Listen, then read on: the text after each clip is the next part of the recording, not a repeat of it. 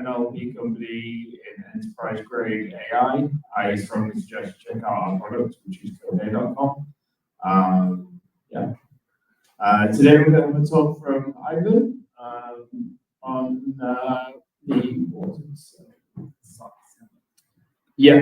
building a bulletproof SOC. Is just like in terms of housekeeping, I'll give it like there's still some people trickling in, but if you want to grab like any more pizza before Ivan starts talking, I'm going to give you like 3 minutes to do so, just so people aren't up and down while he's like doing his talk. So get your pizza now. Everything else in terms of the refrigerators is for the staff. And then just opposite the trash cans is a restroom in case you need it. And yeah, is anyone hiring right now? No? Okay, cool. Sweet. Thanks. I'll just intro you in a couple of minutes. I have a lot to talk about myself. Yeah. It's because otherwise people are up and down eating pizza, and then it's like, you gotta have people's attention. Because people are more interested in the free food.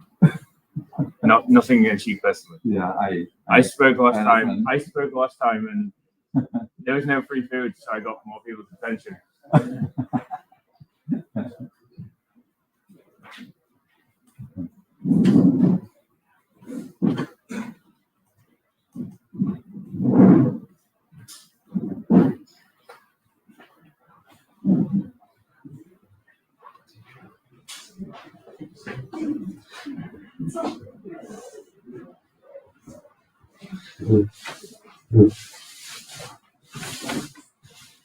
I'm gonna message Balash.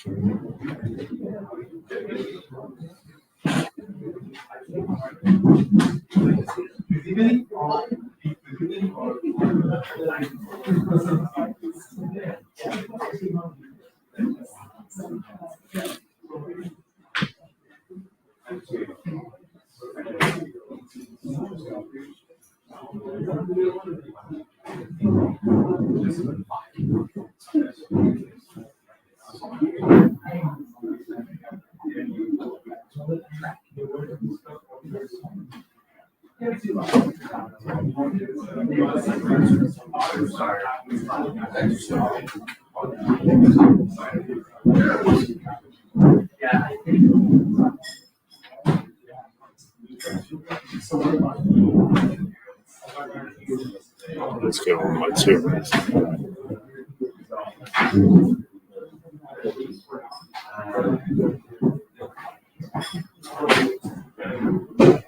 Sorry guys,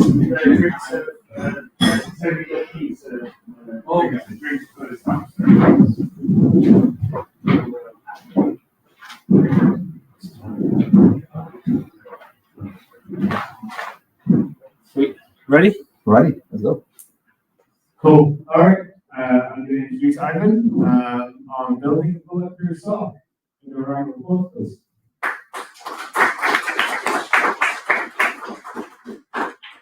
Hello, good evening. Thank you for the invitation of the chapter. Super happy to be here. I think that I should be in front of the camera a little bit better for people remote watching us through the YouTube, right? Okay, thank you again. People are really shy, right? If you don't mind, I would like if you take a sip a little bit closer to me, please. All right, thank you. All right.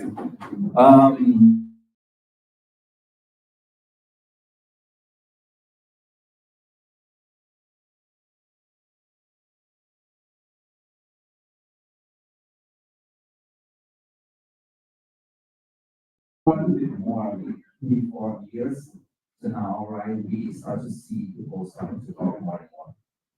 And my opinion, there is a specific reason to this, right?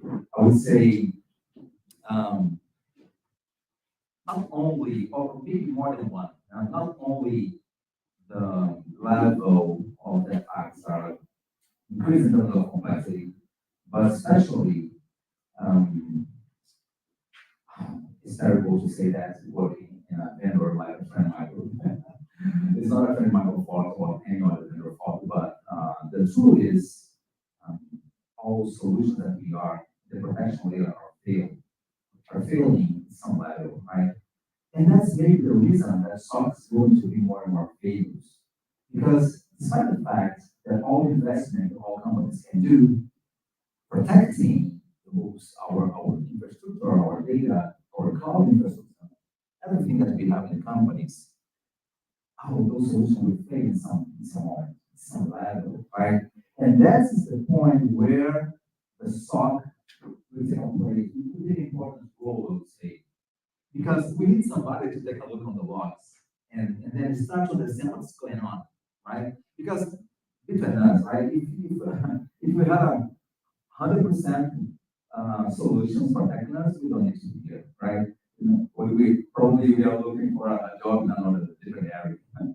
But fortunately, our market is evolving to a situation where, yeah, definitely those solutions. I remember that in the past we were talking, oh, antivirus and firewall is not enough, right? We need something more complex, right?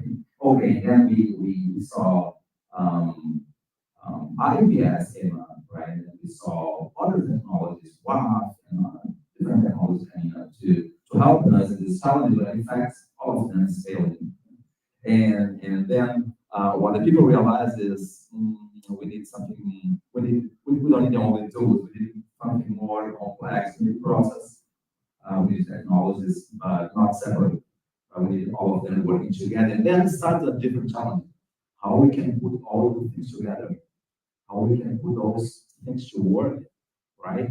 How weight we can give to each one of those elements and how we can leverage those elements in a way that we can say, oh, now we are fairly safe, or at least we are going the right direction, right? So, but for who's not super familiar with this subject, I would like to tell you something,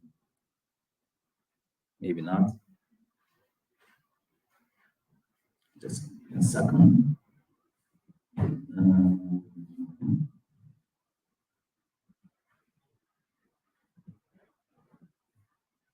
Okay.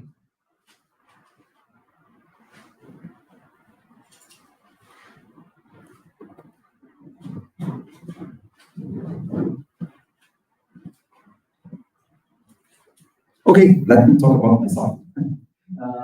Well, my name is Ivan. I'm 25 years professional work in this space, in this field. I was in different roles, different positions, more sales positions or more operational positions.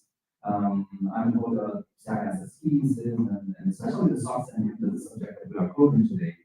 I'm also a consultant for companies that are trying to evolve their SOCs to different levels.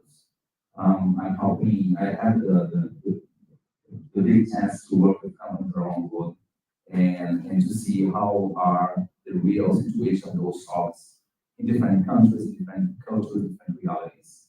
I'm also a professor in the Financial College and the postgraduate course. I work in the Trend Micro as a director of strategic initiatives of SOC, very related to our subject tonight. And I also try to cooperate with different communities, super happy to be here in OWASP Toronto chapter. So, not less important, I'm proud of that of 3 kids and 2 cats, right? Katarina will be very mad with me because I don't have her photo here. About our agenda, the idea is to explain a little bit about SOC. I know it's not a new concept, right? But maybe if you ask people here what they believe what the SOC is, probably we are going to have 10, 20 different explanations. Maybe to start our conversation would be great to have everybody on the same page, and then we can go from there, right? So and then understand what the SOC-CMM is, why this is significant to us, and the SOC is one of those tools of the SOC-CMM will deliver to us, and how we can address what the things that I'm calling the SOC ambition, right? Also, we are going to define some objectives for our SOC, how we can define strategy to hire people, to keep people happy, what the process we should have in our SOC, right? I think people, it's really, really worried when we say, okay, you are, it's approved, you can start to build a SOC, okay, what the first process we should have, right? Maybe monitoring, but after that, for the next one. So then we're going to see some challenges that we can see in the monitoring SOCs. Again, obviously technology. Technology probably is the main wrong thing that people do when we have we're building a SOC. It's natural because it's in general the SOC will be built from the technology side, and then let's look for some SIM solution that we can implement and start a SOC. Maybe or maybe not, right? Is the right thing to do? Let's see. How we can provide our services while the SOC will deliver itself, and finally, how we can build a SOC using the SOC-CMM. Very interesting use case. But as I mentioned, right? First thing first, this is Minority Report. Anyone here already had a beautiful chance to watch this movie? Yeah, okay, not giving any spoiler for you, right? I will try to get straight to the point here. But this is the Tom Cruise 30 years ago, right? This guy based in this book. This book is from Steven Spielberg, if I'm not wrong, from 1992, maybe 1994. Maybe someone can confirm to me. But Minority Report basically is running in the future. He's a police officer working in the Washington Police Department. He's in the special department. Basically, is a pre-crime department, right? At the time, they have a little people here. Yeah, the picture is not helping, but here we have a special people with some special capabilities, right? Like it could be more cognitive capabilities, special capabilities, and then from those special capabilities, we're able to predicting what's going on, what will happen in some moments in the future, and using that information, this guy Tom Cruise, he was able to put the people in jail only because that person was intended to do something, not that execute the action itself, but they were willing to do something, right? That's basically the point. I'll stop here because interest movie, right? But why do we have Minority Report? Because for me, that's the best analogy to explain SOC. Let me say why. First of all, the special pre-cogs, that's the name of the people with that special capability, right? They are our sensors, our natural sensor, our cloud sensor, our whatever sensor that we can have in the network, right? We will get our logs, our telemetry, all those things that we have in the environment, and then put together and sent to some probably centralized place. Okay, those information will be part of the big system, right? And in the center of this challenge, we have this guy here, the MDR operation. A little parenthesis here, MDR is the name of the market using to say SOC, right? But this is managed detection response. That should be like a little part of everything that the SOC can cover, right? Okay, this guy is looking at the system, right? There's a big system that are correlating information, and then we. Oh yeah. We just need to share the other screen for the people online. Oh yeah, sorry. Yeah, no worries. Which screen? The actual presentation. It's just showing the.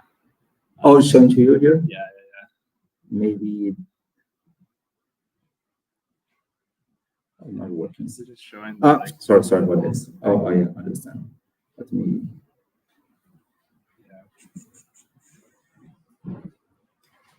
Just some technical difficulties.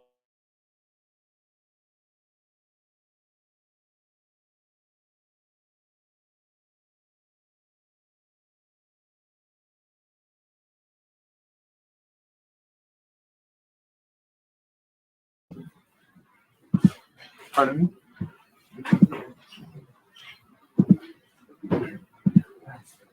Wrong screen. Can you confirm to me? Adam, Yeah, please? that's perfect. Everything correct now? Yeah, everything's good. Yeah. Okay, okay. Thank you. Thank you for letting me know. Okay, going back here. So, that system is correlating all information, all telemetry logs, all things that we are collecting on different systems and do all together in a big system. Which system is that? And yes, SIM is one of them. Good. SIM is one of them. But maybe it's not the SIM that this guy is looking at right now. Probably is some type of case management system, right? Probably is the main class where the guy is looking. Yeah. Is it possible to stay close to the laptop for the volume? The volume. No, so when you walk around, the people online can't hear you. Oh, can hear me? Okay. All right. I can see here. All right.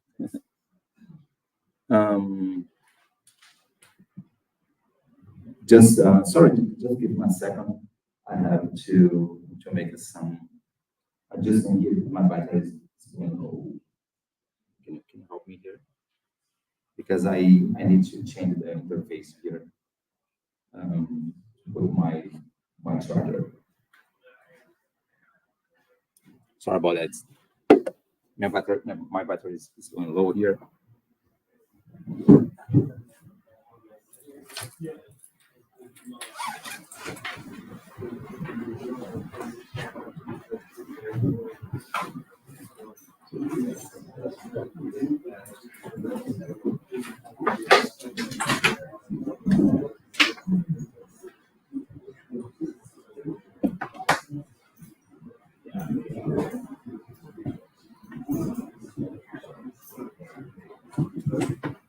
The problem is this.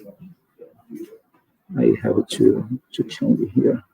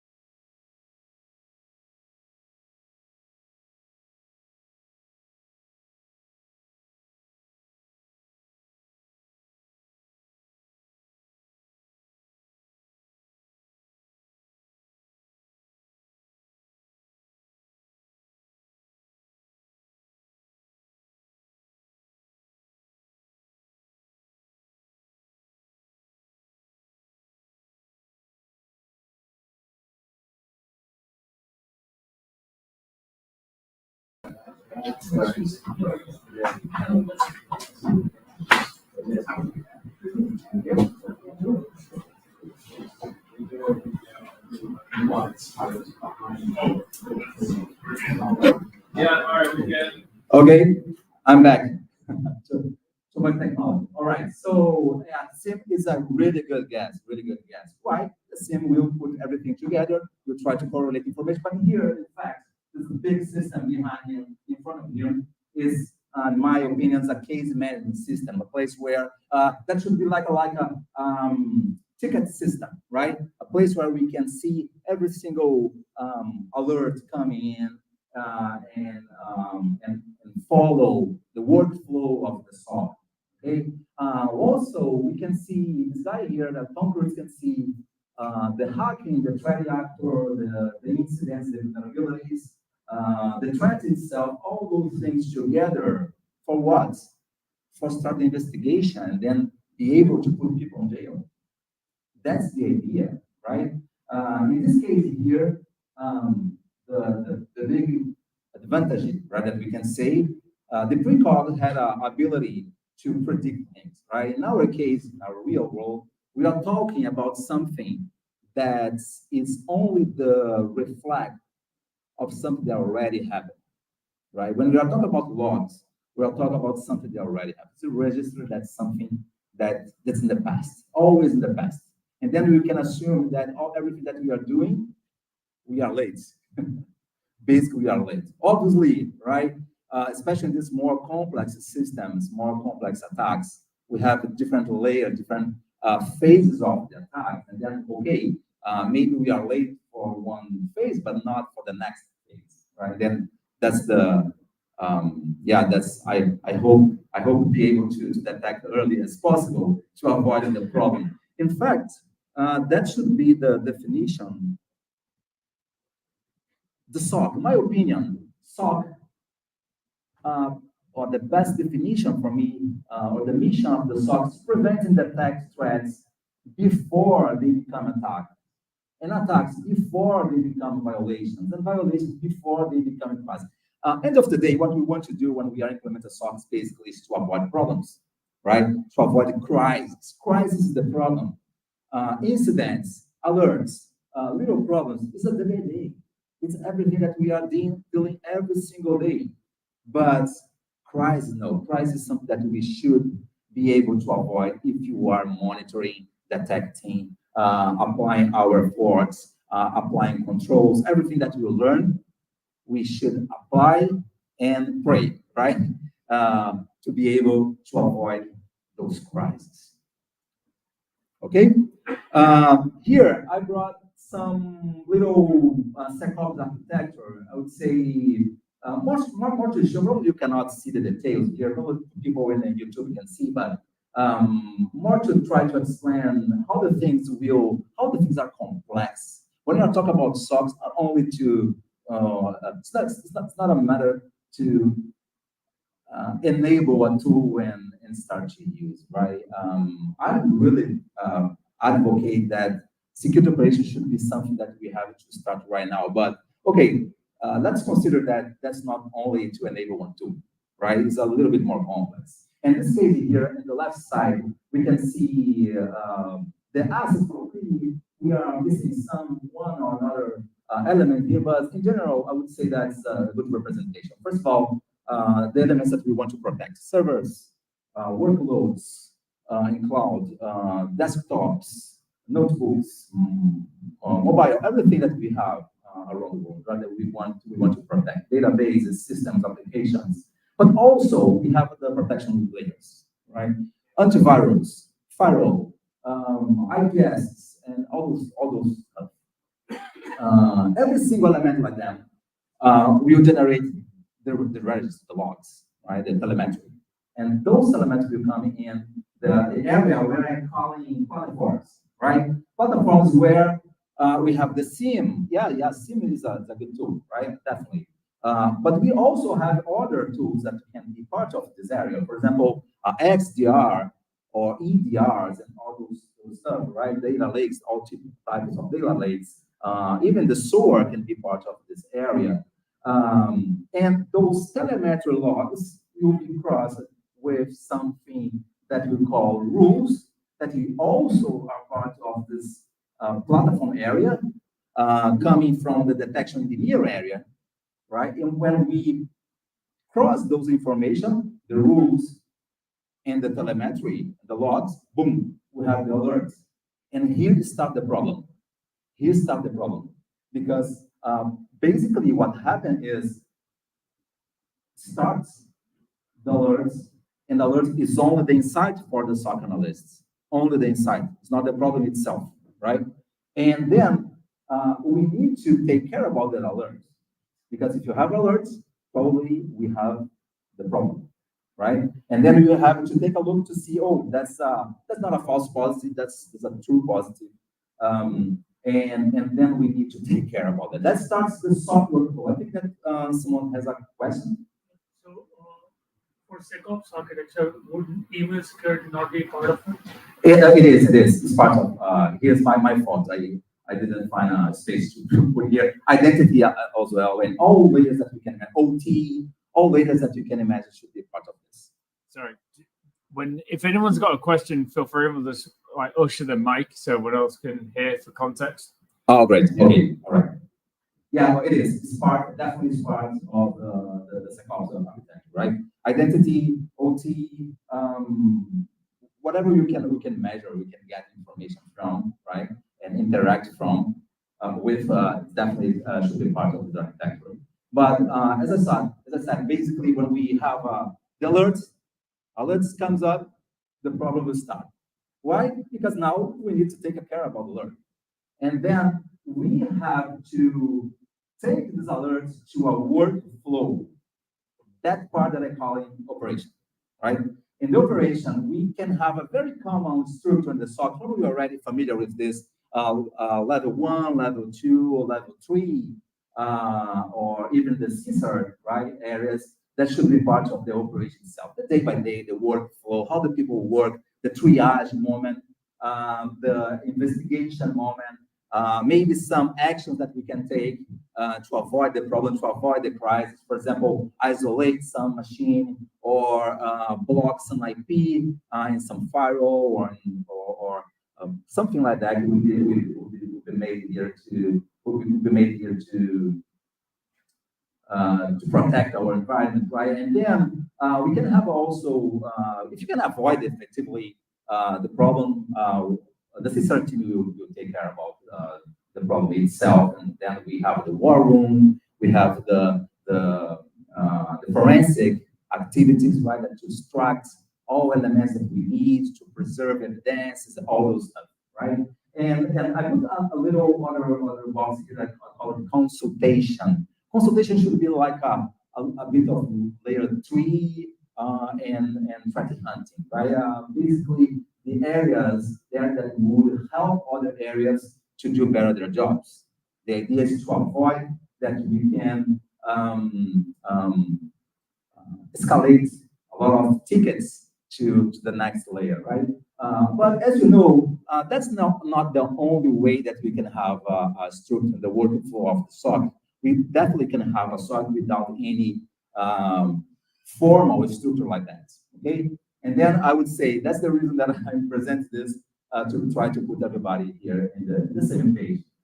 With more here, 2 more boxes before we go to the next slide. First of all, when we have those information happening here, we need to measure. In order to manage it, we have to measure, right? And that information goes to the cyber risk governance, right? The cyber risk governance should be basically the way that we can materialize that information to present not only internally, but also to stakeholders that can be your customer if you are working in an MSSP company, or to an internal stakeholder. But also we can use those information to measure how well we are working, how well we are doing something, right? And we are doing what we are doing wrong, and how we can fix that, and why we need to do this in a very consistent way. Because when we are talking about security operation, we are talking about infinity game, right? It's very different from compliance, for example, right? I would like to explain this part because one very common error that I can detect in many operations is the wrong mentality into the activity that has this very strong characteristic. Operations, security operation is infinite game. Basically, what is the fear? Infinity game, in infinity game is infinity game. We don't have final line, right? We don't have a winner in this game, right? We are playing a game that we don't have a winner. We can win today, tomorrow we can lose, tomorrow and the next day we can win again, right? And that's a different mentality. On another side, we have Infinity game. Infinity game, like soccer. I don't know if someone in here was watching the Copa America or the Euro Copa, right? But in the soccer, we have the players, two teams. It's easy to identify those teams because they are wearing different clothes, right? T-shirts. It's very easy to identify who is playing. Also, they agree upon some rules, right? And we have somebody there, right? The referee, if somebody is doing something bad, right? That person or that team will receive some penalty, right? And more, if the team that will score more will be the winner, and then they will close their notebooks, close their laptops, and go home, right? And go back to their lives, okay? But it's not the reality that we are living here in security operations. Because first of all, everyone playing this game here is not 100% known, right? We have a lot of unknown people, process, and elements in this game. In each moment of this game, we can have people coming in, new players coming in, right? So it's not easy to identify them. It's not easy to identify them. Sometimes we think that we met them, but probably not, right? It's not easy. Also, we have the situation that the rules can change anytime. Nobody agree upon any rule. It's like we are playing a game where we don't have rules. Probably we have rules in our company. We are following some framework. We are doing something, but it's not the same rules that our competitors are using, right? So, and that's the mentality. Everybody working security operation needs to know that. And it's a very common error that I can see around the world is when we are bringing people with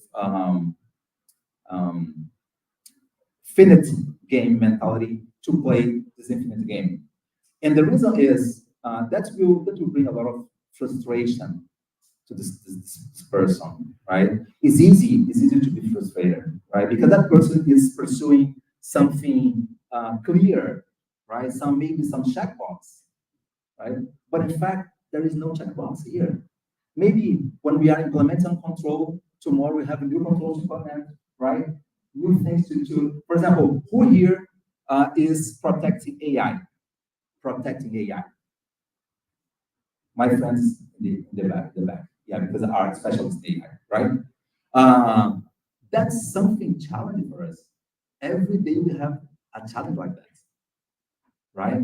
New rules, new players, right?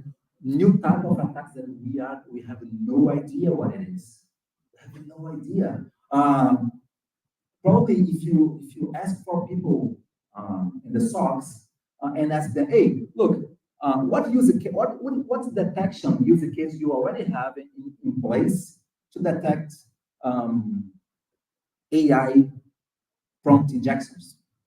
Probably no one will have, right? Because it's pretty new, but not pretty new for us only. It's pretty new for everybody because attackers are using that against us, and that's the challenge, right? Again, it's a big parenthesis, sorry, but the idea is to show that we are talking about something complex, where that's changing a lot all the time.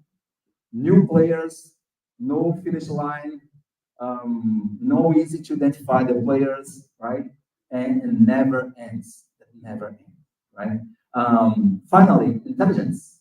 Intelligence is super important. Maybe not super important like the size that I put this this box here, but I would say yeah, super important, right? Especially to deal with a situation like alert fatigue. Probably you already heard about that, right?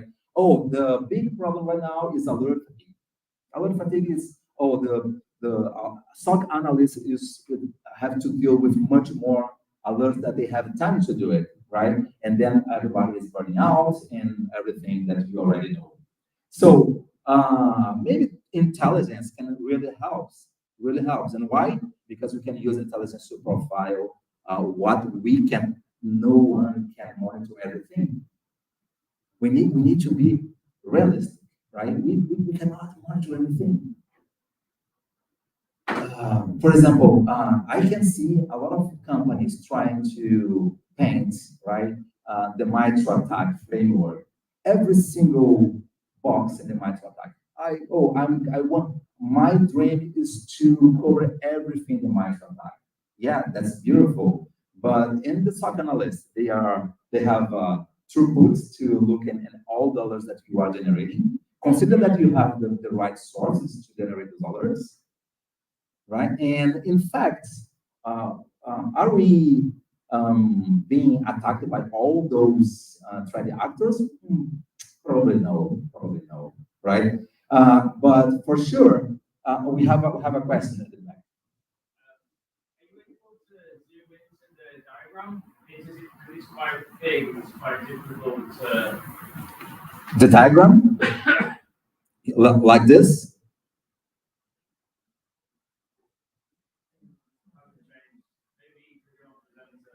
Yeah, no, that's a bad quality of image. Yeah, yeah, but the point is more to show how complex it is, right?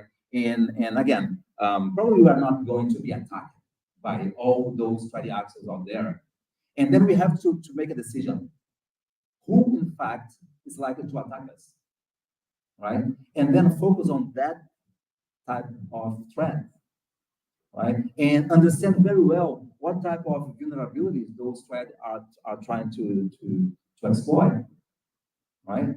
Those vulnerabilities that we already know them, right? That we already know that those threat actors that are likely to attack us using the threat intelligence information, we will try to exploit those. We need to be sure that they are mitigated, right? That's our position as a SOC managers or SOC or CISOs or analysts, right? Please. Can you give some examples of like what different types of companies have different types of threats? Because like it's kind of like it feels like everybody attacks everyone. So like what are there some different sectors like what? Sure. Yeah, that's a great question. Really great question. The question basically is there is many attacks out there, and how we can differentiate them, right? Who we can say, oh, who is trying to attack me, right? We have some strategies. First of all, we can thoroughly look at the threat intelligence to see very reliable threat intelligence, see, for example, what type of threat actors are attacking some specific industry in some specific country. That's a good start, right? For example, I'm working in the education area in Canada, for example, and then let's see who are the threat actors that in the last 2-3 years were involved in some type of attack here in Canada in this specific industry, right? Then you can map using the threat intelligence all those TTPs, all those vulnerabilities that they are exploiting, what type of tools they are using, all type of malwares they are using to execute their attack. That's one that I would start. Another option would be to use something here some deception technology, right? That we could collect information like honeypots or honeypots, right? That we could put some honeypot here and then we start to collect information. That should be like a computer or server on cloud normally that pretend to be our real server, but in fact it's not. And then we can attract that threat actors, and then we can start to map what type of attack they are doing, because that's more likely to happen with my real servers, data, or whatever, right? That's the two potential strategies. And from there, we have to prioritize. Because, for example, I did a threat modeling last week, and then for a specific company. And even them, right? Specific industry, specific country, they have like around 10 threat actors. Some of them with more than 30, 40 different TTPs, right? So 10, 20 different tools.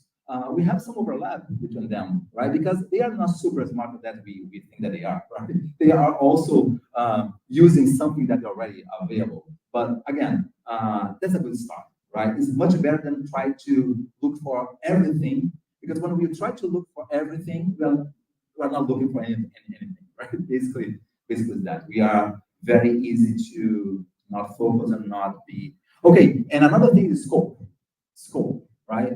Based on that, it's not a problem to say, all right, we are a SOC, very aligned with the business, and the business is really worried about ransomware, let's say, right? Look, if we are doing a great job protecting the company, but you are not delivering the ransomware information for the stakeholders, we are failing, because they are worried about the ransomware. Do you know what I mean?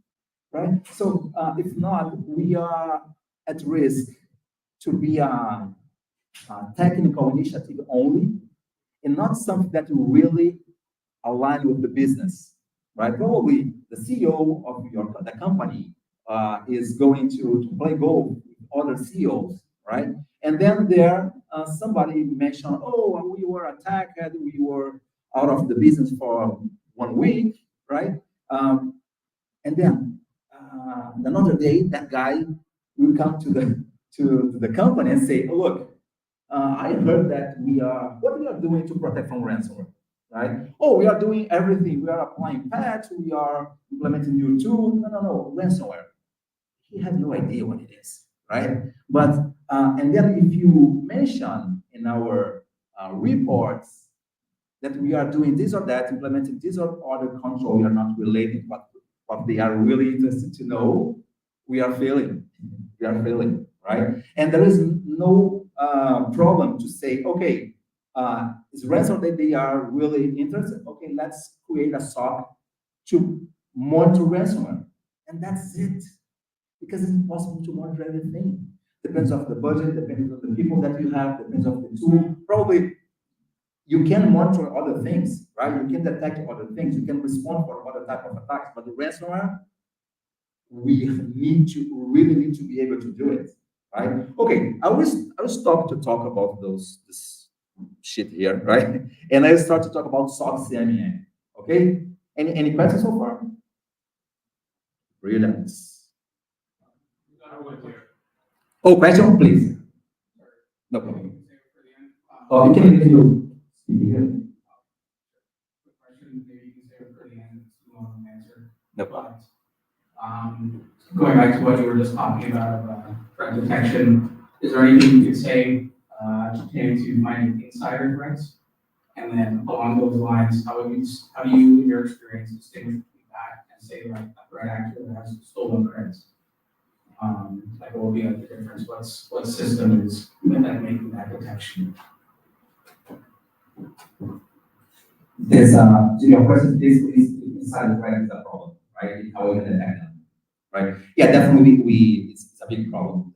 Some statistics are saying that more than 45-50% of attacks coming from inside threats. The last one that I heard about was that people are selling their credentials, right? And why threat actors really like them, right?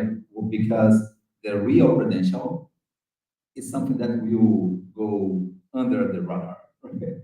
People, we don't have probably any detection use case to detect something normal, something authorized, right? If you have rights to access some system, you are working, you are a normal employee in the company, probably are not monitoring you, right? Probably we are, probably we are not, right? So, and that's a challenge that we have. No, definitely we have.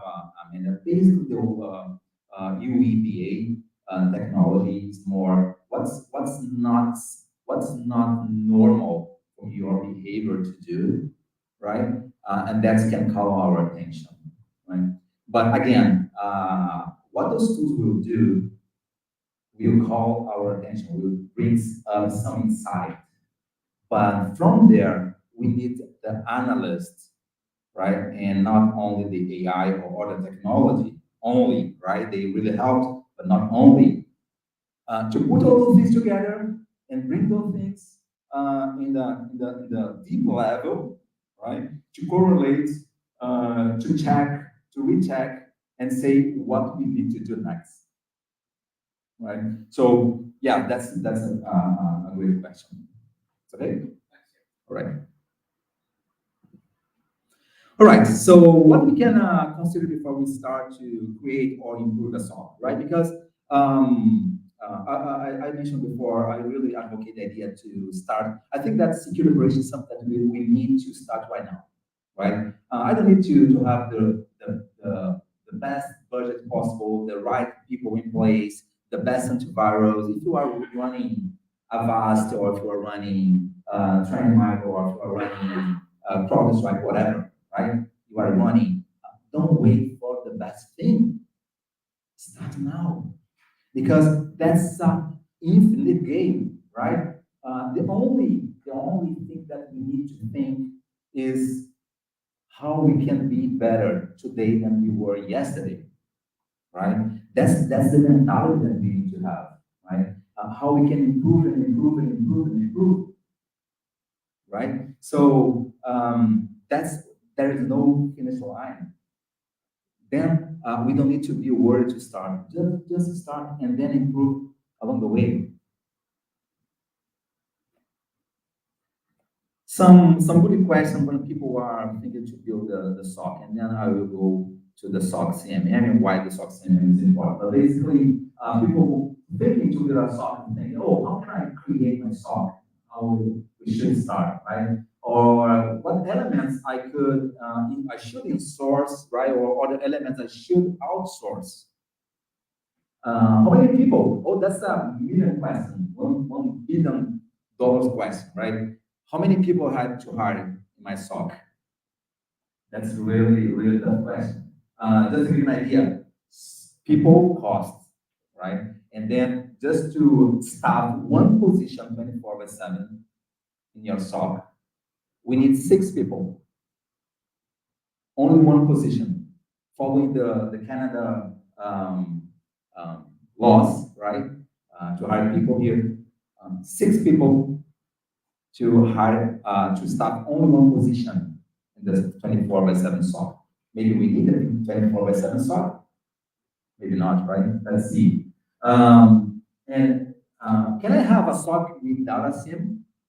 Why not? I remember that years ago I started a SIM. I started a SOC without a SIM, and basically I had an antivirus and a shared email mailbox. Right? I didn't have any case management solution, ticket system, or whatever, right? And that was everything that I had. But we start from there and we finish with operation in 4 different countries, and a lot of people work with us, and with SIM in place and SOAR in place and all other stuff. But to start, we don't need to be perfect. We need to have the right mentality.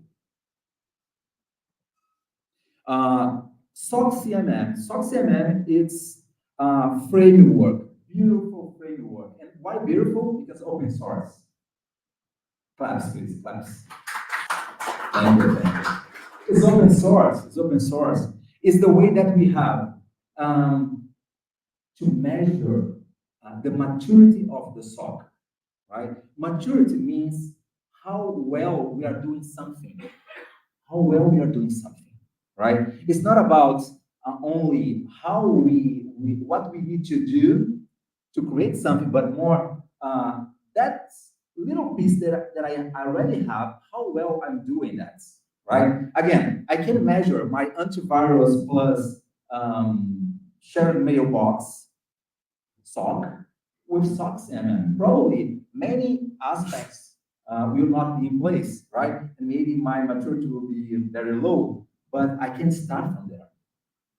Okay, and that's the point. That was a project that was started by Robin van Os in Netherlands around 7-8 years ago, I think. He was as a part of his mastering in computing, and he has a thesis about how we could measure. It's definitely inspiring in the CMMI methodology. I'm not sure if you are familiar with CMMI, right? But basically, it's to measure the maturity of the software life cycle, and but that's here to focus on SOC, right? Definitely focus on SOC. And what the beautiful is beautiful because first of all, everybody, it's free. We can go there, SOC-CMM.com. We can download all material, okay? We can contribute to this project, right? Every year after year, this project is going really wide in terms of adoption. Companies around the world, MSSPs in different countries, big companies, they really adopting it. In the past, to measure the maturity of the SOC, the only thing that we could do is to use some big four to do it. They have a methodology, right? But they are not disclosing to you. Probably we are because we are talking about something that's an infinite game. Probably we need to redo this scan, right, or this assessment many times during the period that we are trying to evolve our abilities, our capabilities. So every time that we have to do it, probably we have to pay them. So here's the idea that how we can use them. Formally, they also are adopting. I know that Deloitte, for example, will start to use them at least in Europe, and I can see people really adopting SOC-CMM. Again, it's we have two primary use cases. First of all, measure the maturity. Second one, that's not very common, right? How is use the SOC-CMM as a guidance to create a SOC from scratch, right? People ask me, oh, how can I create a SOC from scratch? Oh, use SOC-CMM. Oh, it's not to measure something. It's to measure maturity. Yet I'm not have a SOC yet. How can I use the SOC-CMM? Because SOC-CMM can give you the guidance, right? Because when you are thinking about to create something from scratch, probably you already have something in place, at least not a virus, at least one firewall, probably. That's already the beginning of your operation, right? But now, SOC-CMM can give you the rest, right? Everybody can do it. You don't need to have any special knowledge, right? Yes, we have some people that has a more experience in this area that can help, but the SOC-CMM, they have like a partner program where they have companies that are authorized to execute those assessments. I have the chance to be part of one of those certifications, the first batch of certifications, and it's really help during the assessment, right? And it's very new. They are launching now as audit like a ISO, right? But to SOCs that want to have their stamp, right? Not done by the SOC-CMM itself, but using the SOC-CMM but the certification is gonna be by authorized certification company, right? Like there is to SOC, to ISO and other audits. Right? Basically, until now we had only certifications for professionals, but now we have also for companies. Okay. And the SOC-CMM is covering 5 domains or 5 main areas, including evaluation of technologies and services. I will show you here this slide where basically we have the schema of the SOC-CMM covered, right? We have those 5 domains: business, people, process, technology, and service. Here you can see 2 colors. In the left side, you can see blue and then purple for technology and service. The difference between them is basically that technology and services, we also can measure capabilities on top of maturity, right? All of them, we are going to measure maturity, but the purple side, we can also measure capabilities, right? Capability is something you can see that also is related to the tools or the services that the SOC is delivering or is willing to deliver. It's more, capability is more not only about some feature that we have on tools or technologies, but how the SOC is in fact using that tools and technologies to execute their job, right? But again, because SOC is something in general that starts from the technical side, it's very common that we can have a very well established technology side, but we don't have the other points, right? For example, the alignment with business, for example, is something that is a big lack the majority of the software on the world, right? And that's the risk. Why? Because if you have a very technical software, probably that's going to be an IT initiative only, and never it's going to be part of the business. Because between us, software is a center of costs, right? Unless that you are SOC is you are working for MSSP, and then SOC is really part of the business. If not, SOC is basically center of costs. And then we need to work very hard to show the value of SOC to the business. And then we need to align to the business. First thing, we have some items, for example, the charter, the SOC charter. What the mission of the SOC? What the mandate of the SOC? How the SOC related to the other areas, right? This is a SOC that will cover only ransomware that we mentioned, for example. It's clear there. How does SOC structure is report to other areas, right? What the budget is. All those things will be reflected in the charter. Right? So maybe the charter can also show us what the ambition of the SOC, what we want to achieve when we thought about let's create a SOC. Right? And that is super important. That is super important. Because when I create a SOC with antivirus plus shared mailbox, right? I was super ambitious. I really like to do something much bigger, right? But if I only think on do it, if I'm not putting the paper, if I'm not planning, if I'm not revising, right, or revealing that goals, probably I'm not going the right direction. Very easy. Why? Because every day we have new technology. Every day we have new players coming in, right? It's easy to change. People change, especially when we have a planning for more than 1 year or 2 years, right?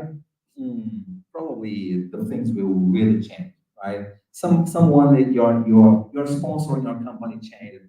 Maybe you move from goal or some technology changes. Then we can have a problem. We need to document, right? The difference between someone that are doing something very initial in terms of execution for someone that has a real high level of maturity is basically to document basically how we can do it, how we can repeat that activity, right? In fact, between start to do something, to have that element present, right? And then I have this here in this slide. Between to have this element, we have this whole 6 levels, right? From the non-existence to the optimizing, right? That are the levels of maturity the SOC-CMM is considering. And then from the something that is not present to the optimizing, starting with the initial.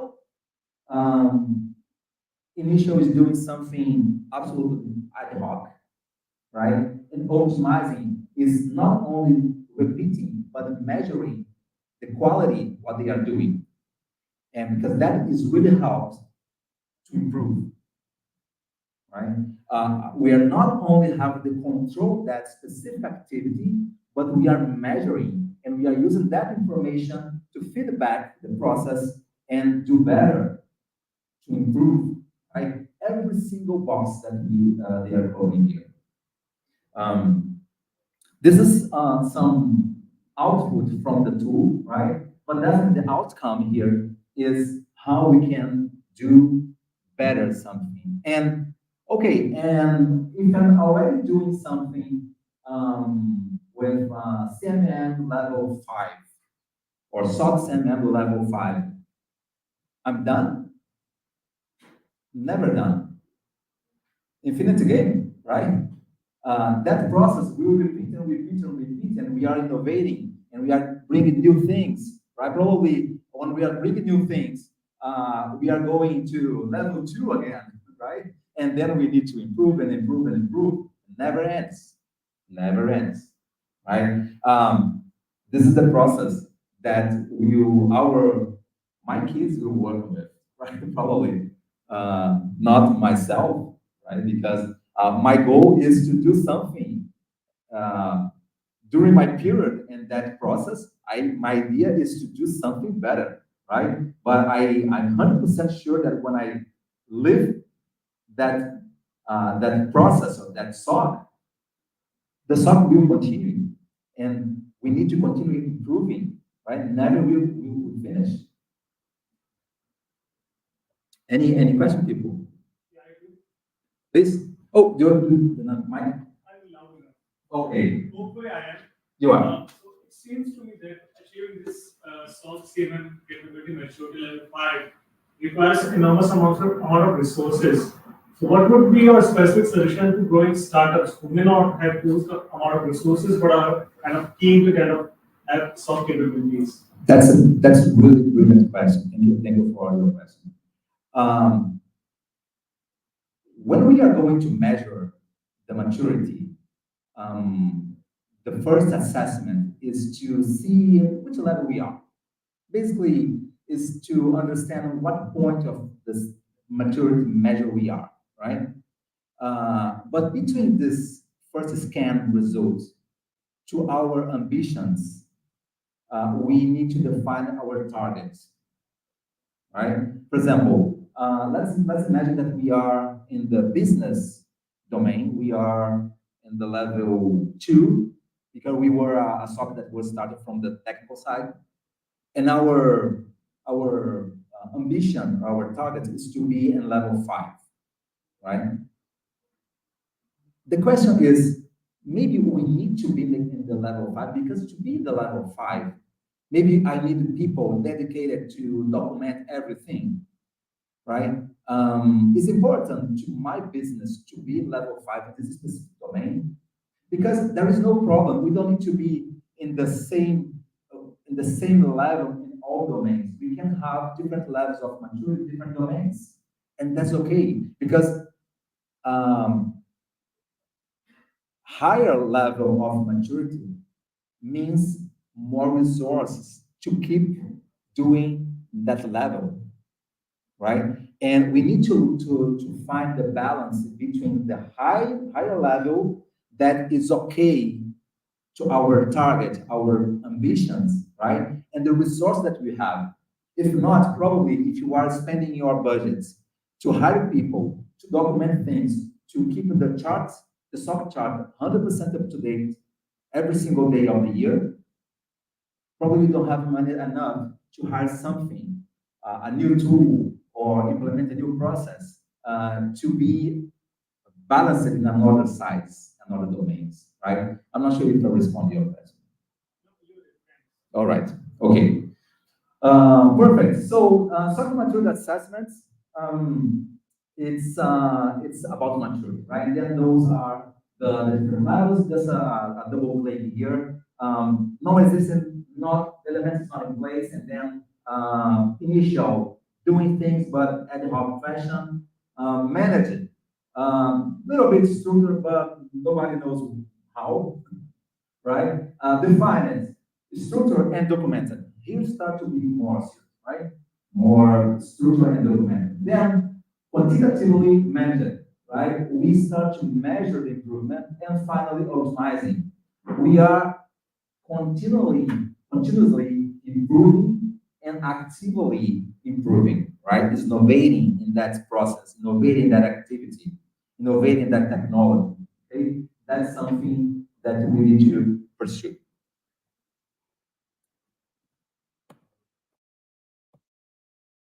Capabilities. Capabilities are another thing that we can measure specifically to technology and services. The difference to technology and services here in the SOC-CMM basically is especially for MSSPs, because services is something that we are delivering in terms of services.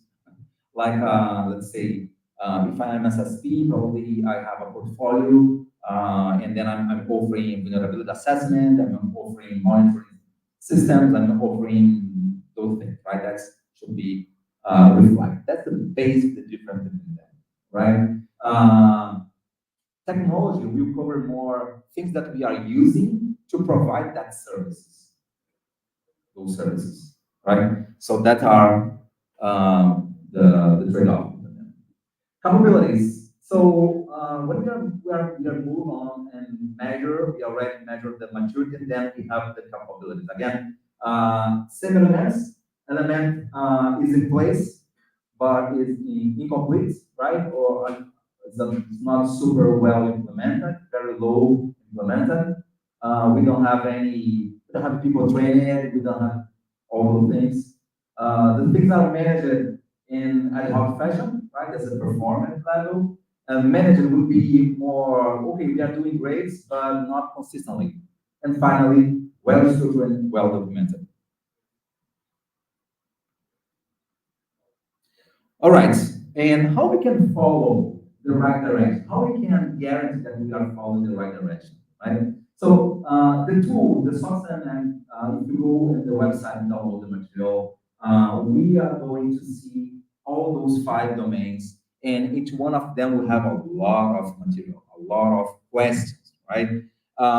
It's a little tedious, right, to respond all of them, but we are covering all those things, right? And more, we have this guidance and remarks here that are very, very rich, very, very rich, right? Basically, if I'm not sure exactly what I should respond on those questions, maybe you have some good guidance, right? And this guidance also can be used to create a SOC from scratch, right? Please. So this specific framework is part of the SOC-CMM. Yeah, exactly. That's the little screenshot from one little part of the SOC-CMM tool, right? The SOC-CMM has basically 2 tools. One is the Excel file, right? That will give us all domains and questions that we want to respond to measure the maturity of our operation, right? But we also can use the same material as a guidance when we are creating the SOC from scratch. right? Why? Because we are covering all domains that is supposed to be part of the SOC, right? SOC-CMM is using the best practice of the market, not only the personal experience from the creator, right? But best practice lists and other best practice in the market. Okay. For example, I'm not sure if you are familiar with one study from Gartner that call I forgot the name of the study, but it's a little, it shows how is the adoption, right, in one technology in the market, for example, right? People already ask me why we don't have XDR into SOC-CMM yet, right? The reason is because according to Gartner, and at that point, SOC-CMM is following this Gartner information. People are in a place, or XDR in a place where the majority of the marketing don't adopt that solution yet, right? So maybe the next year, that's gonna be part of the SOC-CMM. Then the SOC-CMM will sort of some little updates to be following what's happening, what's going on with the SOCs around the world, right? Another thing that SOC-CMM is following also is the SOC survey. SOC survey from SANS Institute is a study that Chris Crowley is leading for the last 7 years in a row. And basically it's the survey SOCs around the world, and nothing is better than learning from people that are implementing SOC, right? So what the people are doing in the real world. So, and then we can see a lot of good information there, and probably all good information will be influencing some decisions to update or not here at the SOC-CMM. So again, but that's a really good source if you are improving your SOC or you are creating a SOC from scratch, right? This is one tool. Second tool is called SOC-CMM, right? SOC-CMM, it's target operation model for SOCs. The idea is, okay, since we have one good view of the level of maturity that we are, how we can create a roadmap to evolve our SOC for the next, let's say, 2 years or 5 years, right? That's the SOC-CMM. And then is a second tool that's is part also of SOC-CMM that we can use to implement. I brought here, that's the next slide.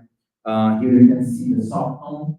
And the SOC-CMM is the tool that will address the SOC ambition, right? The SOC ambition. This side here, you have basically the whole question, the whole domains from the SOC-CMM, and all information that you got from this little scan that we did, right? From the first tool, we will reflect to say, oh, in this domain, your current state is X.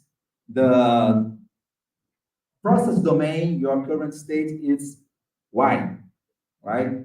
And so on.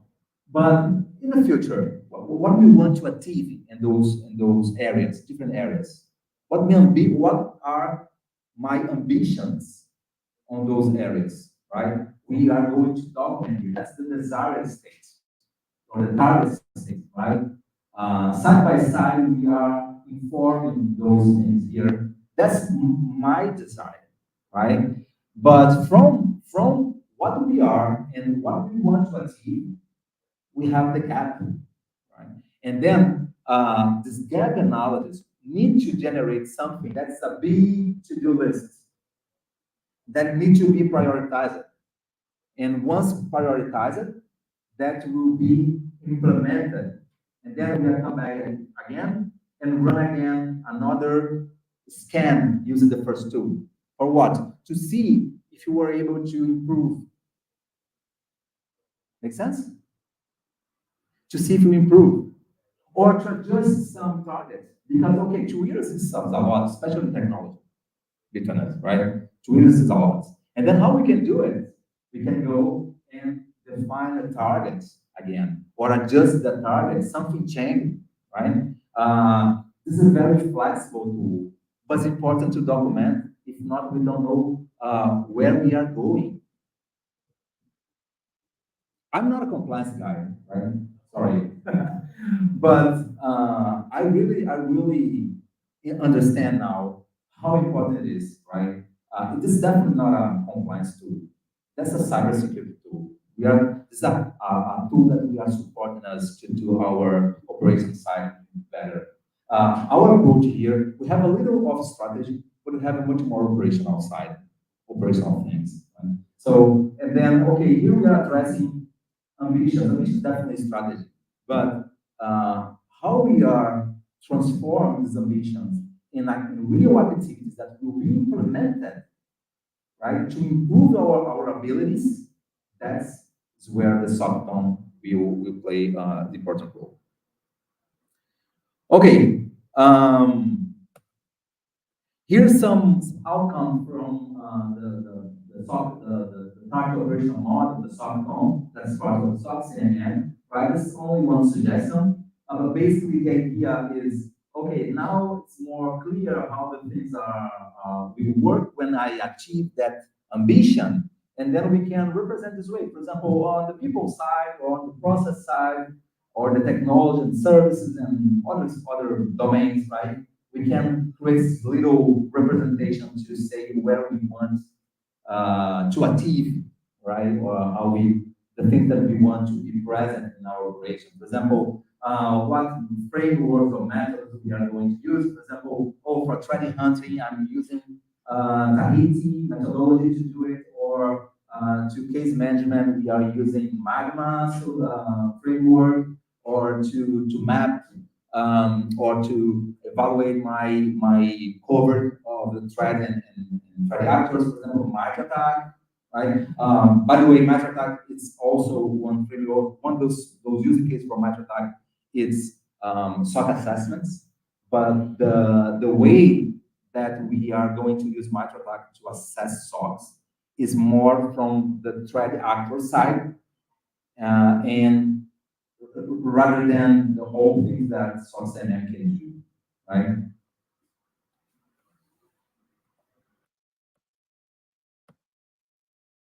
I'm not sure why I have this slide. I'll skip. Okay, that's the outcome. Basically, and after to fill out the whole questions, right? We are going to have something like that. Basically, it's the map about those different areas, different domains, process, people, business, services, and technology, and how we are doing things.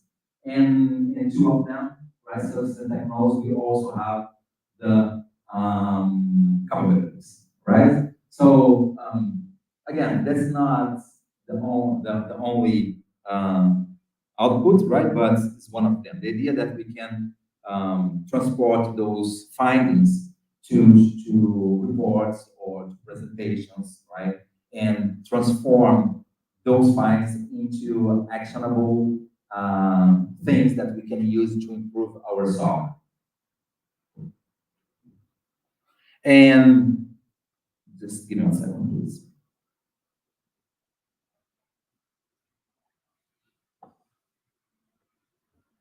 And here, we any questions so far? Let me give a second here. I will show you the tool itself, right?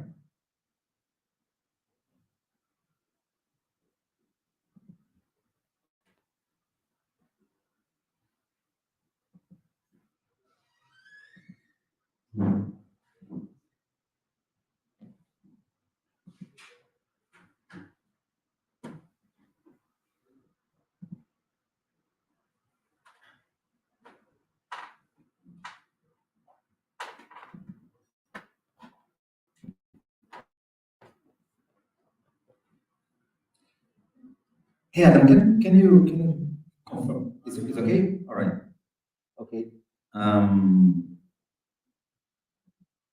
Just a second. It's quite small, though, you'll have to zoom in. Oh yeah, I will.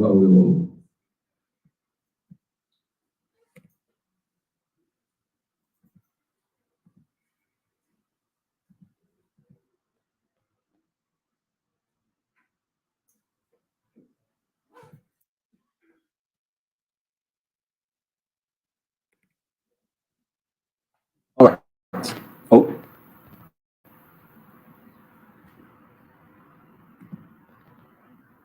Okay, that's the tool, right? That's the SOC-CMM tool.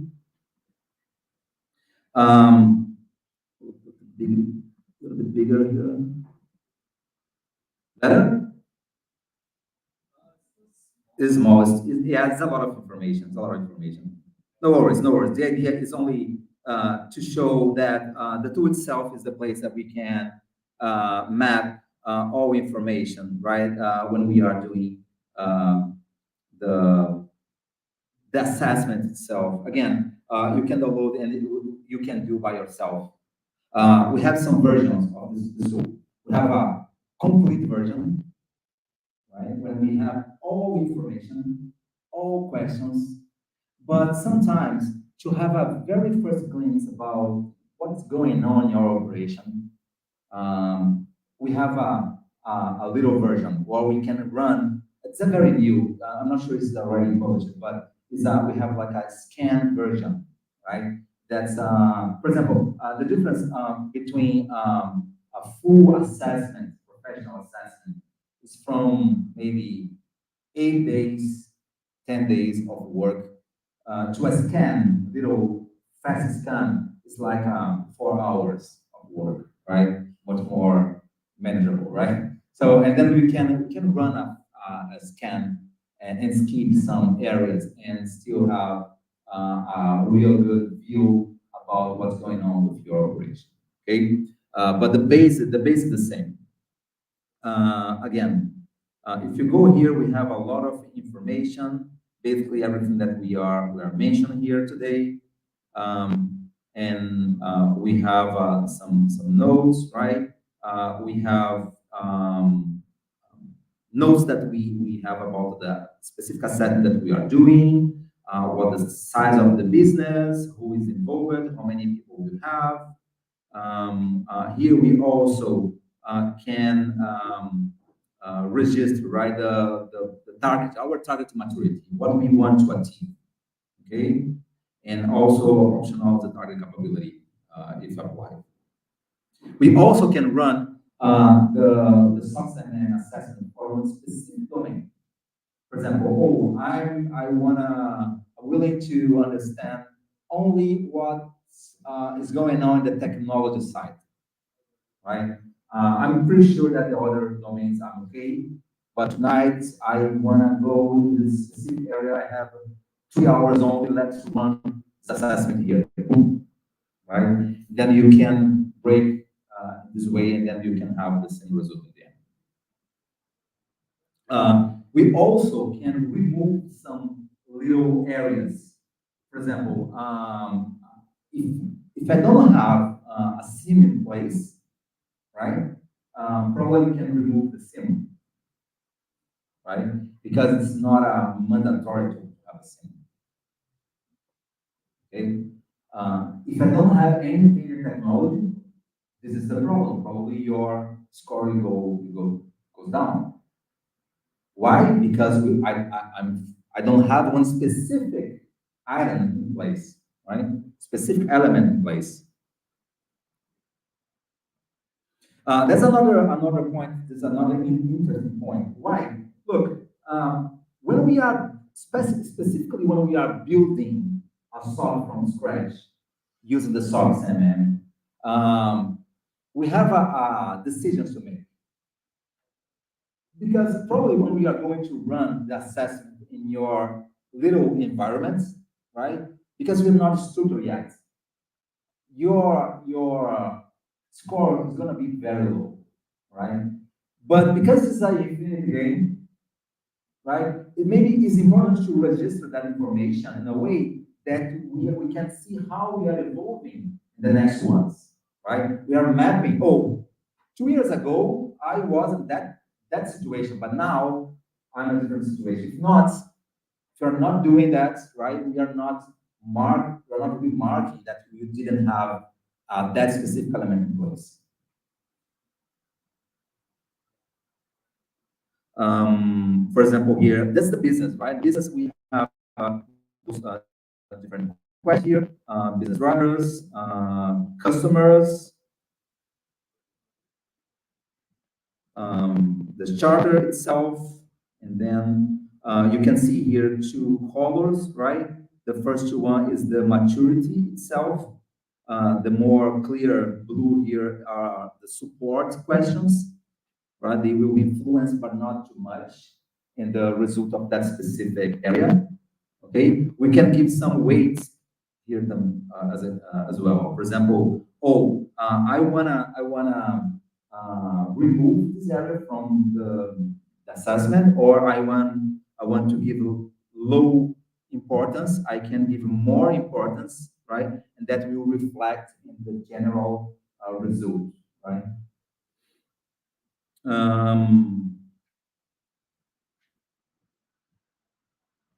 Governance, privacy and policy, and so on.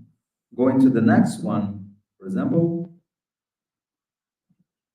people, right? And people, it's a great discussion. It's a great discussion, right? I'm gonna talk a little bit about people before I let you go. But here we are mapping a lot of things about people, right? People, maybe it's, for me, was the most important. SOC is very dependent on people, right? That's super important. It's expect that SOC-CMM can address people challenges in the SOC, right? Process, what process we have? The process, SOC management process, operations. If we are going to use something, are you going to use, for example, MITRE ATT&CK here or not, right? How we are using that or not? How are happening the reports and the communication in your SOC? How you are managing the user case creation, right? How you are validating how your engineering team are validating the things that they are creating, the rules that they are putting in place.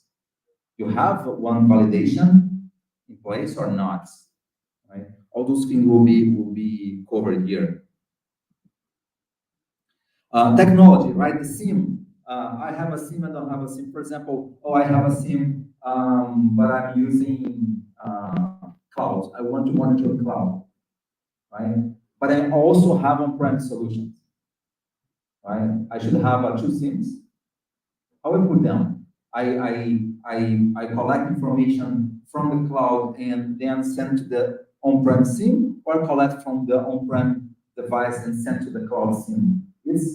There is no right answer, I would say, right? But it's a challenge, right? So how we can address those things here, and how those things can affect our final result.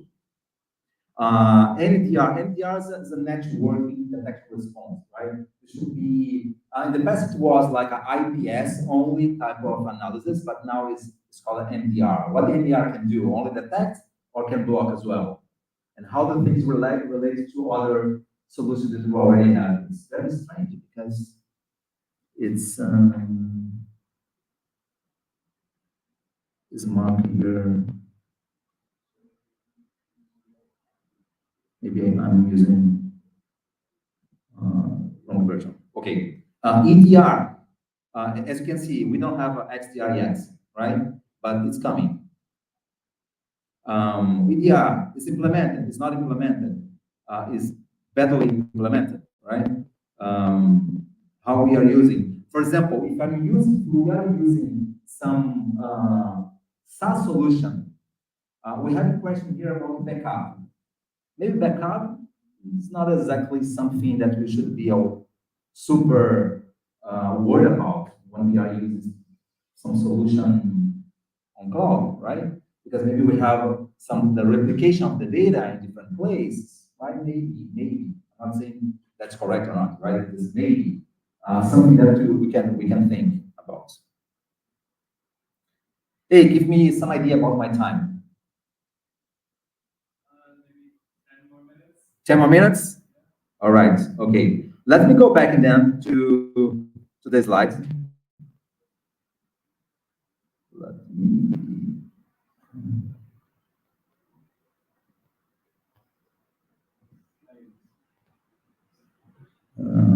share screen.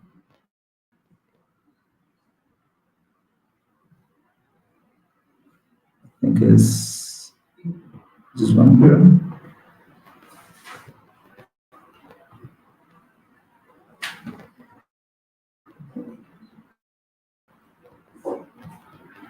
All right. Now I would like to finish this off with you, discussing some big challenges that we can see in modern SOCs, please. The other one? Sorry.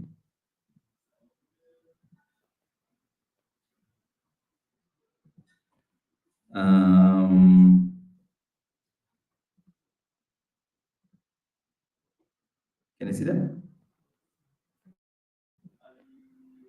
Yeah. Good. Thank you.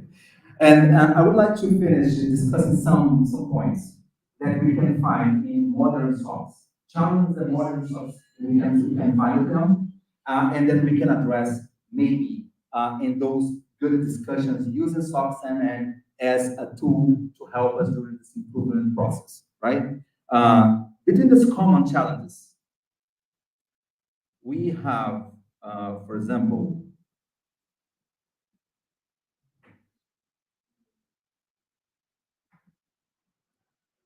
the business alignment. I think business alignment we're already covered, right? I will go direct to the 24/7. 24/7 monitoring, right? 24/7 monitoring is something that is maybe is the ambition for every single SOC, right? When you think of SOC, my SOC is 24/7, but maybe why we need, right, a SOC 24/7? Let's think like an MSSP. I'm an MSSP. I'm providing service for my customer, but my customer is not working 24/7, right? Even if you can detect something in the middle of the night, you are calling somebody in the customer side to do what?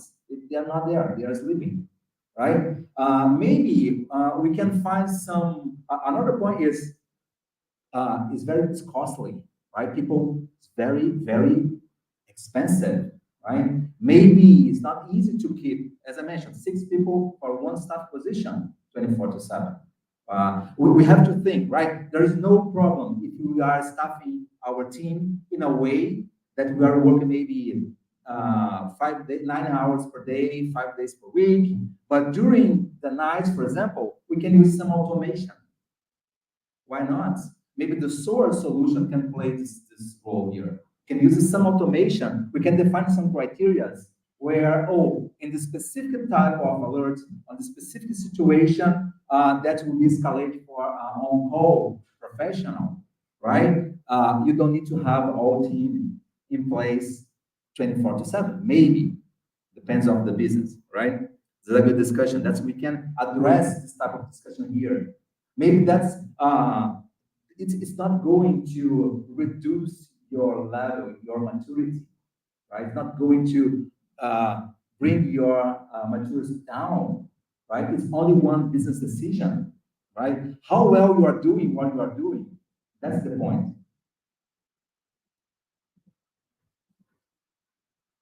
Tired or untired SOC structure, as I mentioned at the beginning, right?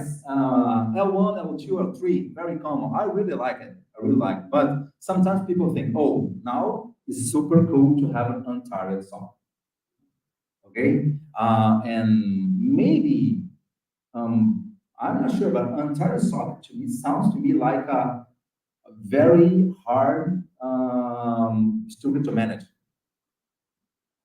On another side, right? Maybe people in the SOC could be super unhappy to be part of the level 1 only. Maybe they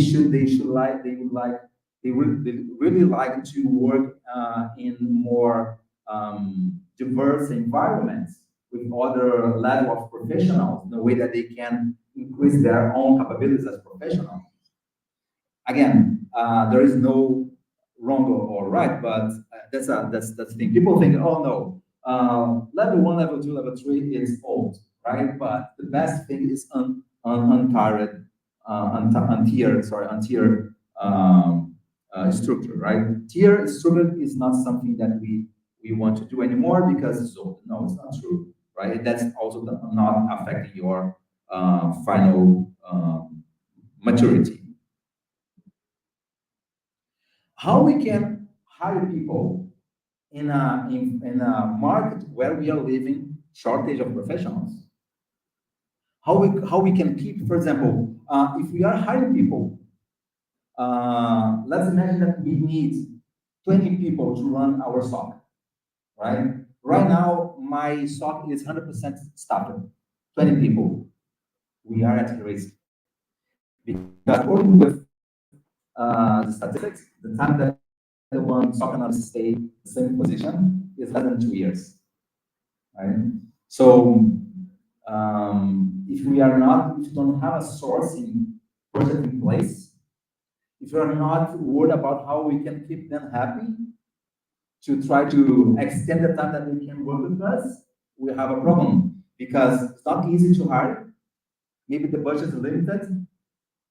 Maybe if we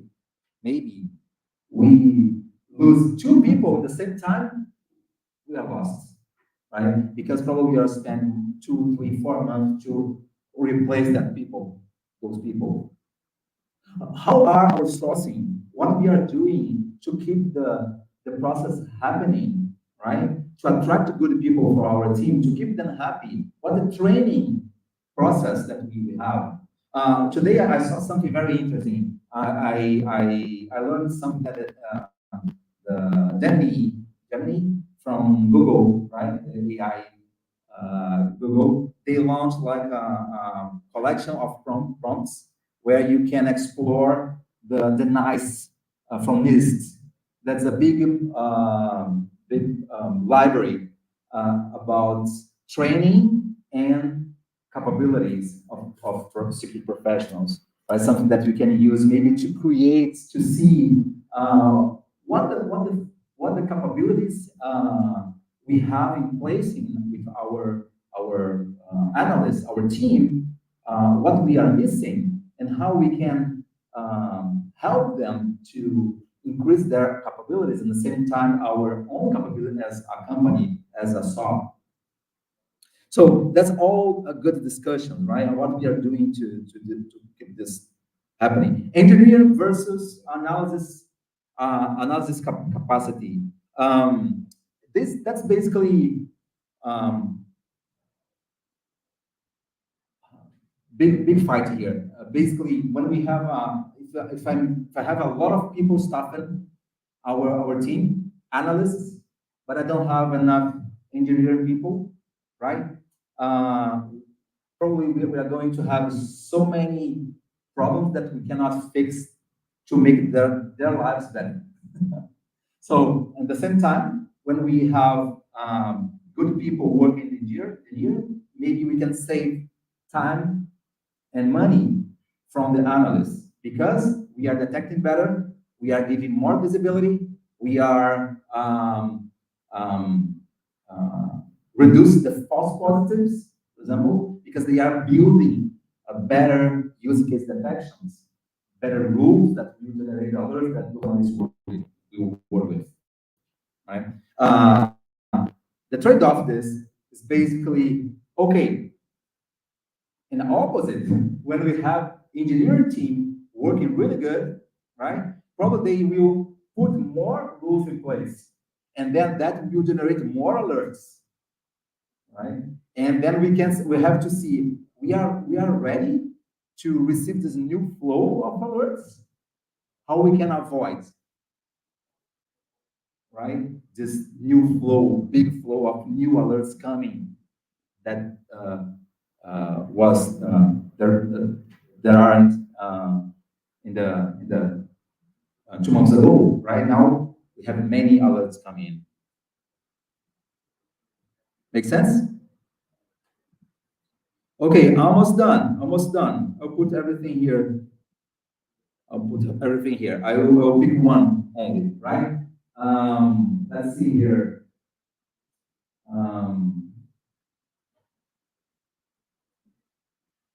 Maybe the next one, that's all of those are part of basically gaps in monitoring. I really like that because it's a detection engineering problem, right?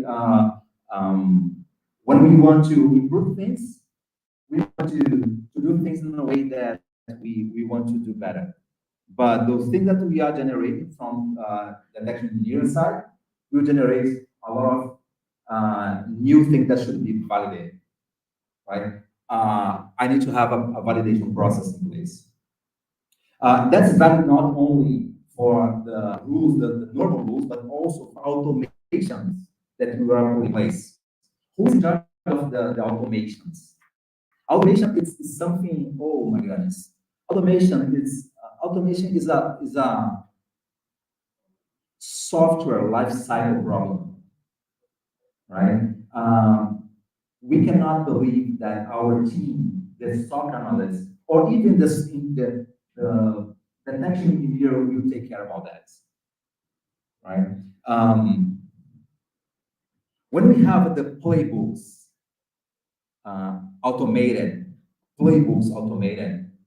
in the SOAR, for example, we are transforming the traditional operational procedures, into operational procedure as a code, right? At this moment, we have more documentation in paper, and then we are going to have some automations.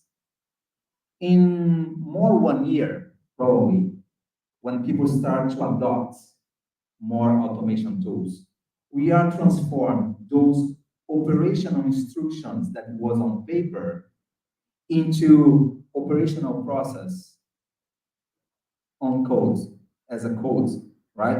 Who is going to maintain this code? All things will be on code, right? Who's going to maintain? How you can measure and control the version? Who is in charge to implement those things? To guarantee that the changes on the APIs, from 35s, or whatever, will not stop to work and affect our operation, right? So that's definitely, in my opinion, that's not something that the SOC analyst will take care of, or even the agile or the development team, right? That maybe has work in another area because they don't have priority, right? If we ask them to do, hey, I have a development team here, I will ask them to take care of this for me. They are not working with you, they are working for other areas, right? If you believe that they are helping you, maybe it's a very wrong path, right? So maybe we need, if we start to talk about automation, maybe you have to bring or create our own development team into our security operation formally, right? That's the point. People sometimes they say, I want to start to automate things, but they forgot everything that will come together. They will bring together, right? So again, all those discussions we can bring and see here when we are talking about improve our operation. Again, the idea that we are not stopping the discussion here because it's infinite game, right? So, and then we have much more to talk. Let me see here. Yeah, more slides, but nothing significant. Thank you so much for your attention, your participation. If you have any questions,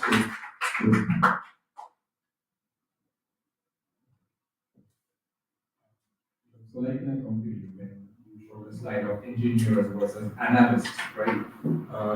Is that part of those analysts after it comes to production, or like is it like a cycle where it just is in production, you just keep on checking it regularly? That's the process. Can you hear me? Yeah. Yeah. Can you hear me back on the back?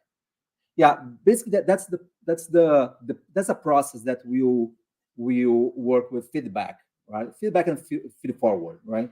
And the feedback side, yes, we need to have this process that will feed us, right, to do better, and that will include different areas, right? I mean, that's not something that the analyst will participate into. For example, in the engineering and analyst sides, it's very common to analyst team be very unhappy when they cannot give feedback to the engineering team, right? Why? Because he's working with the alerts. They can see what's not working well, right? If they cannot feedback the process, right? Their life's gonna be bad, really worse, right?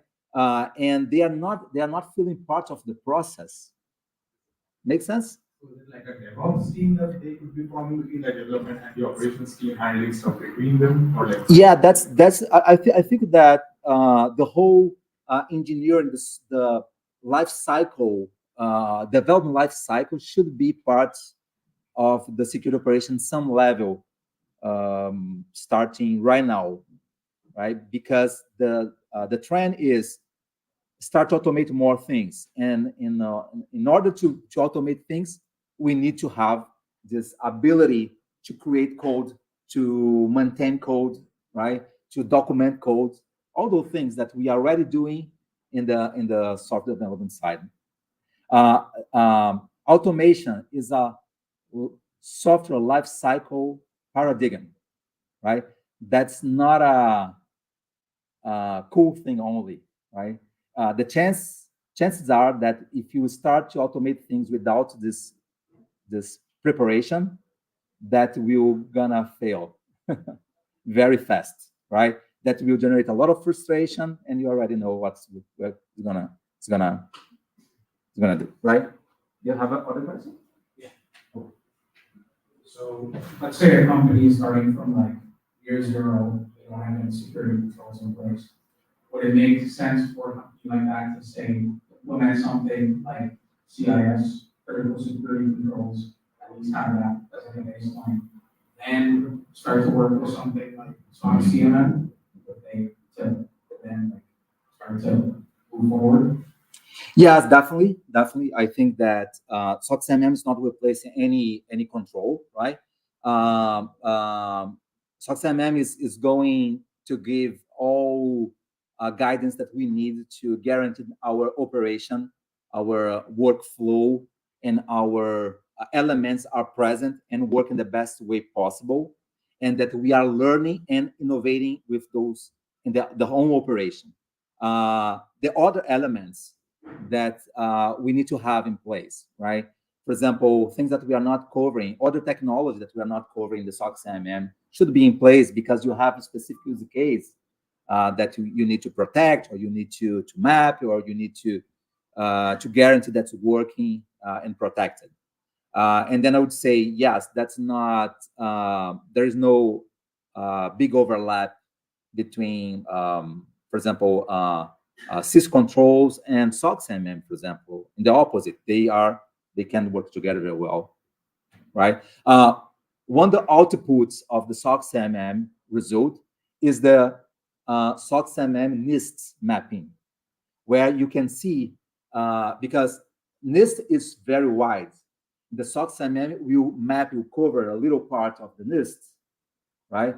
But even this way, right, with these limitations, we can see how those things will work together, and then we can show, oh, when we are implementing SOC-CMM, we are following NIST as well, and we are advancing our NIST covering in this or that aspects.